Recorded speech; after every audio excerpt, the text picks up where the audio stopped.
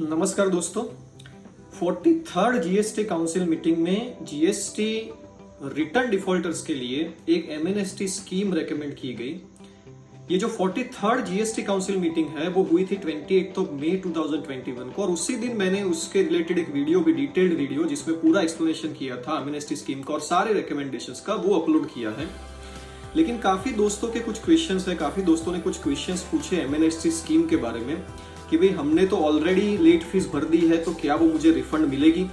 हमारा annual return file करना pending है किसी साल का, तो उसमें मैं एमएनएसटी स्कीम का बेनिफिट ले सकता हूँ। कुछ पिछले सालों के रिटर्न्स मेरे पेंडिंग है, तो क्या उसमें मैं इनपुट टैक्स क्रेडिट लेके अपने रिटर्न्स फाइल कर सकता हूँ अंडर द एमएनएसटी स्कीम। इन सारे सवालों के आंसर देने के लिए मैंने सोचा कि एक छोटा सा वीडियो ले लिया जाए इसके ऊपर, इन सारे सवालों का मैं आंसर दे दूं। इसी पर्पस की वजह से ये मैं वीडियो आज अपलोड कर रहा हूं।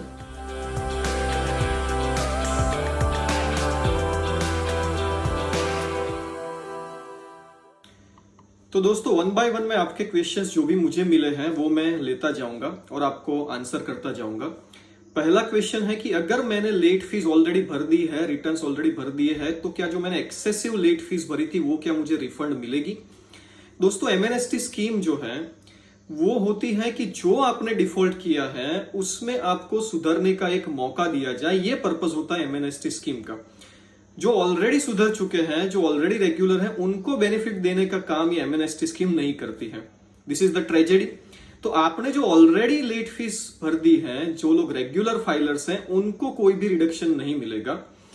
43rd जीएसटी काउंसिल मीटिंग में जो एमएनएसटी स्कीम रेकमेंड की गई और 19th बार 2021 नंबर का जो नोटिफिकेशन इश्यू हुआ 1 जून को, वो बोल रहा है कि अगर आपने जुलाई 2017 से लेके अप्रैल 2021 तक के कोई भी पीरियड के जीएसटीआर 3B अगर फाइल नहीं किए हैं और अगर आपकी लायबिलिटी जो है उस टैक्स पीरियड में वो नील है, तो मैक्सिमम लेट फीस जो है वो रहेगी 500 रुपीज, मतलब 500 रुपए की लेट फीस आपको पे करनी है।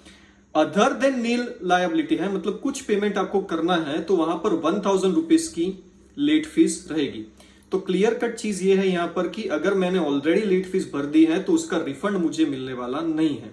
एक और चीज जो 43rd जीएसटी काउंसिल मीटिंग के रिकमेंडेशन में थी और 19 बार 2021 का जो नोटिफिकेशन आया 1 जून को, उसमें भी है कि ये जो आपके बाकी रिटर्न्स हैं फ्रॉम जुलाई 2017 से अप्रैल 2021 तक के जो 3B है, वो आपको 1 जून 2021 से लेके 31 अगस्त 2021 के बीच में भर देने हैं। तो ही ये जो रिड्यूस्ड लेट फीस है आपकी 500 रुपीज और 1000 रुपीज की, वो एप्लीकेबल होगी।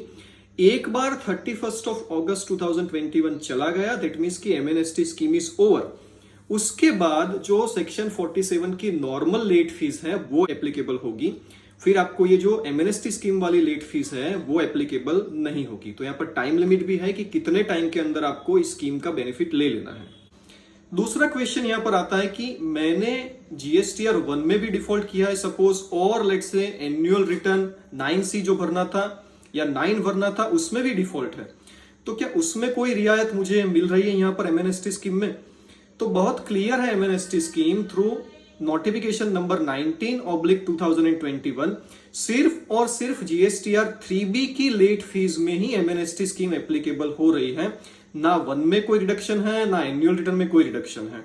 सो that also we need to take care. Surprisingly काफी दोस्तों ने ऐसा भी पूछा है कि मेरी जो लायबिलिटी है टैक्स पे करने की, जो रिटर्न्स मैंने नहीं भरे हैं 3B कुछ पिछले सालों के 17-18 हो गया या 18-19 हो गया या 19-20 हो गया, उसमें मान लीजिए कि 100 रुपए की मेरी आउटपुट लायबिलिटी है और 80 रुपीज का मेरे सप्लायर की तरफ से मेरे पास इनपुट टैक्स क्रेडिट भी है। तो क्या मैं 20 रुपीज की लायबिलिटी पे करूं या 100 रुपीज की पूरी लायबिलिटी पे करूं। तो इसका तो आंसर बहुत ही सीधा है कि एमएनएसटी स्कीम में जीएसटीआर 3B की लेट फीस में आपको रिडक्शन दिया गया है।